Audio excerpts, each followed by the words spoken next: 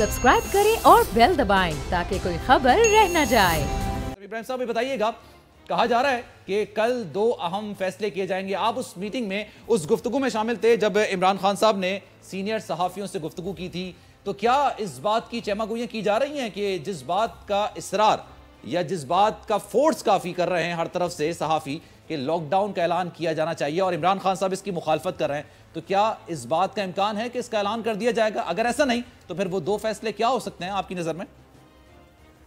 बिल्कुल ये ऐलान हो सकता है, लेकिन आपने ये बिल्कुल दुरुस्त कहा कि प्राइम मिनिस्टर जो लॉकडाउन, जिसे हम कर्फ्यू कहते हैं, जो एक्सट्रीम फॉर्म ऑफ लॉकडाउन है, उसके वो हक में नहीं है। और उनका जो रैशनल है वो एक बड़ा जबरदस्त वो बात करते हैं, इसलिए कि एक तो गुंजान आबादी है हमारी, और अगर कर्फ्यू लगाया जाएगा तो जो लोग हैं उनको खाना कौन फराहम करेगा, और जो बेसिक सहूलियात जिंदगी हैं उनको फराहम करने वाले लोग किस तरह उन घरों में जाएंगे। एक बड़ी अनारकी की ये सूरत हाल होगी। और फिर अगर ये सब कुछ ना हो और अगर आप कर्फ्यू लगा दें, यानी इतना एक्सट्रीम लॉकडाउन कर दें, तो फिर जब लोगों को आप छुट्टी देंगे वो 15-20 घंटे के बाद चीजें लाने के लिए, अगर आप खुद उन्हें प्रोवाइड ना कर सके उनके डोर स्टेप पे, तो वो इतने बड़े बड़े झमकटे लगेंगे कि वो उसका मकसद ही फौत हो जाएगा। और दूसरा, देखिए, आज मेरा एक दोस्त है लाहौर से, मुझे उनसे बात हो रही थी, उन्होंने कहा कि उनका जो बिजनेस है उसका बिल जो है पेरोल का वो 90 लाख रुपया है। अब अगर कारोबार नहीं हो रहा तो वो 90 लाख रुपए पेरोल के कहाँ से लेके आएंगे?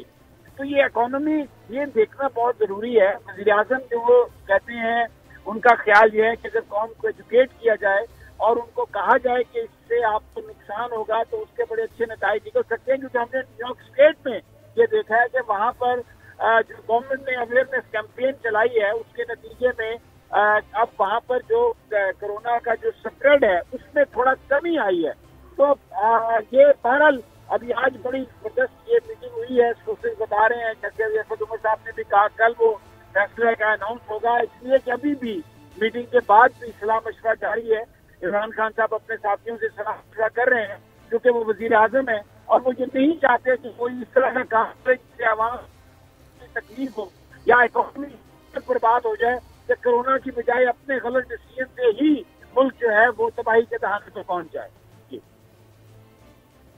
बिल्कुल, आप इकोनॉमी की बात कर रहे हैं। आज मैं डॉलर रेट्स देख रहा था, मेरे होश भी उड़ गए थे। 167 रुपए, 167 रुपीज का डॉलर हो चुका है।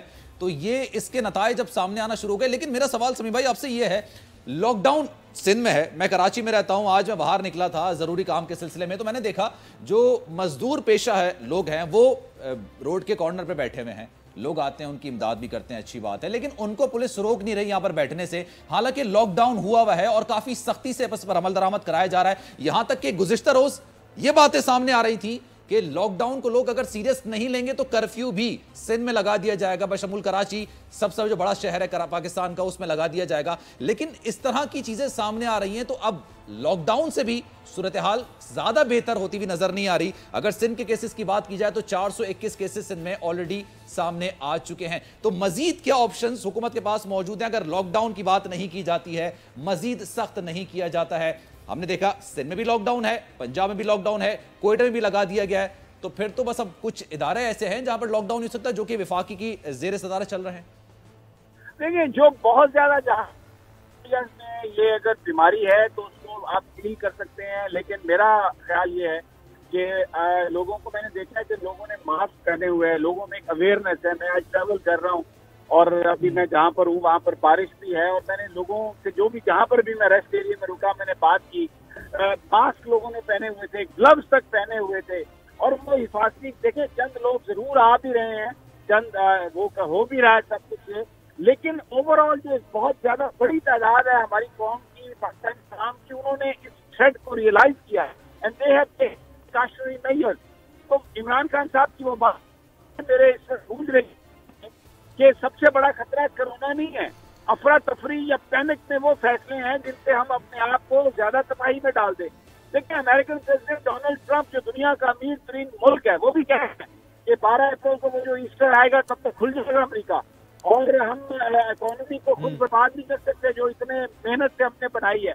तो बड़ी मेहनत से स्टेबिलिटी की तरफ आ रहे हैं। आप ये जो डिमांड है कि कर्फ्यू लगाते हैं, पाकिस्तान में टोटल जो मरीजों की तादाद है वो 1111 है, तो 22 करोड़ के मुफ्त में आप, और ये कोरोना जो है पिछले 3 हफ्तों से है, और इसमें जो लोग हैं वो मुझे लग रहा है कि दे आर प्रिपेयर्ड। कहीं कहीं वो जो आप बात फरमा रहे हैं वो नजर आ रही है, लेकिन मुझे लगता है कि sanity will prevail and government will not take any drastic action जो इकोनॉमी को बिल्कुल बर्बाद कर दे, क्योंकि अभी कोई हमारे यहाँ इतना ज्यादा बड़ा इशू नहीं है कोरोना का कि आप पूरी इकोनॉमी को मलिया पेश करते हैं। और देखें ना, डॉलर कारोबार तो हो नहीं रहा, लेकिन यार लोगों ने डॉलर की कीमत 167 तक पहुंचा दी है, तो मुनाफाखोर भी तो मौजूद है ना सलमान। तो हुकूमत तो इससे बाखबर होगी ना कि अगर इस तरह की सूरत हाल होती तो डॉलर की कीमत में इजाफा होता, डॉलर की किल्लत भी होती और इसमें इजाफा भी देखने में आता।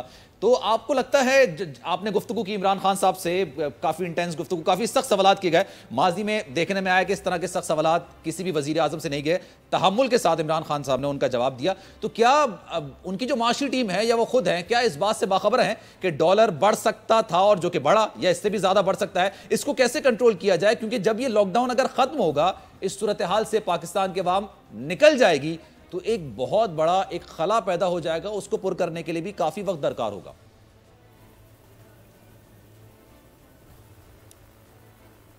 समी साहब, मेरी आवाज आ रही है आपको? चलें, इस वक्त गुलाम मुर्तज़ा साहब की तरफ चलते हैं। गुलाम मुर्तज़ा साहब, आप इस्लामाबाद में मौजूद हैं, आपके पास ज्यादा अच्छी खबरें हो सकती हैं। क्या इकदाम जिनका बात की जा रही है असद उमर की जानिब से उठाने जा रहे हैं कल?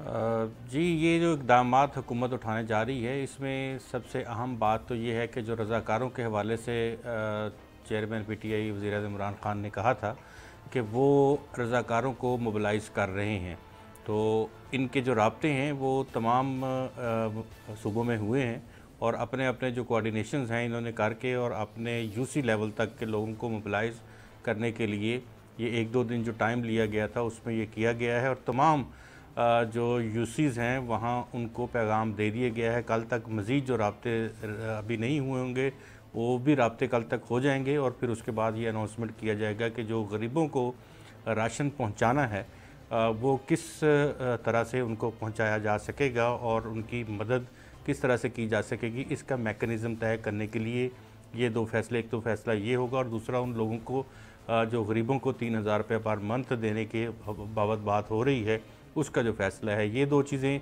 कल वज़ीर आज़म इस हवाले से अनाउंसमेंट करेंगे और उसके साथ इस लॉकडाउन को थोड़ा मज़ीद सख्त करने के हवाले से भी बात होगी ताकि लोग वेल अवेयर हो जाएं। और अभी तक जो अवेयरनेस दी जा रही है, ये ज़ाहिर है कि एकदम से, जिस तरह से समी साहब ने कहा, एकदम से अगर लॉकडाउन कर दिया जाए या कर्फ्यू कर दिया जाए तो बहुत सी चीज़ें ऐसी हैं जो हुकूमत के लिए भी ख़तरा बन सकती हैं, अवाम के लिए भी ख़तरा बन सकती हैं।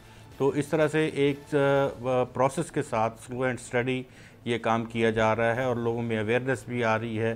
जिस तरह से अभी लोग ग्लव्स भी पहन रहे हैं, हाथों को सैनिटाइज़ भी कर रहे हैं और उसके साथ साथ दीगर इक़दाम घर में बैठने के हवाले से भी हैं। लेकिन कुछ हमारी आदत कुछ इस तरह की है, बीइंग एक मुआशरा हमारा ऐसा है कि कभी हमने इस तरह की सूरत हाल का सामना नहीं किया, तो इस वजह से कुछ लोग बाहर भी निकल आते हैं और उसकी खिलाफ वर्जी भी करते हैं। अगर लॉकडाउन की हम बात कर रहे हैं तो लॉकडाउन में इस वक्त की जो सूरत हाल है, कारोबार तो नहीं हो रहे, उसके साथ साथ जितने तामीराती प्रोजेक्ट हैं वो भी बंद हैं। तो लेबर तो ऑलरेडी 10-12 दिन से घरों में बैठी हुई है और बाहर ना तो कोई किसी लेबर को लेने जा रहा है, ना कोई सरिया बिक रहा है, ना सीमेंट बिक रहा है, ना रेत बजरी बिक रही है, ना ईंटें बन रही हैं, ना बिक रही हैं। तो ये तमाम चीज़ें हैं, यानी कि कारोबार ज़िंदगी तो मामूल के मुताबिक ठप हो चुका है।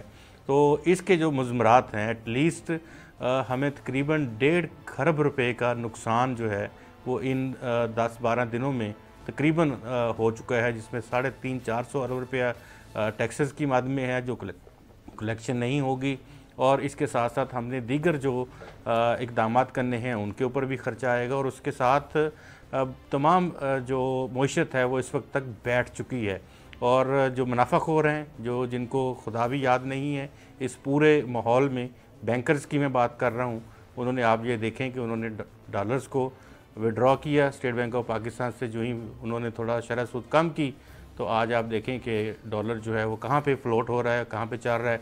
तो उन्होंने पैसा कमाना है, अब बाहर निकालेंगे, फिर दोबारा हुकूमत शायद रिक्वेस्ट करेगी कि उनसे कि वापस दोबारा दें डॉलर या करेंसी छापेगी, तो दोनों सूरत हाल में मुल्क का ही नुकसान है।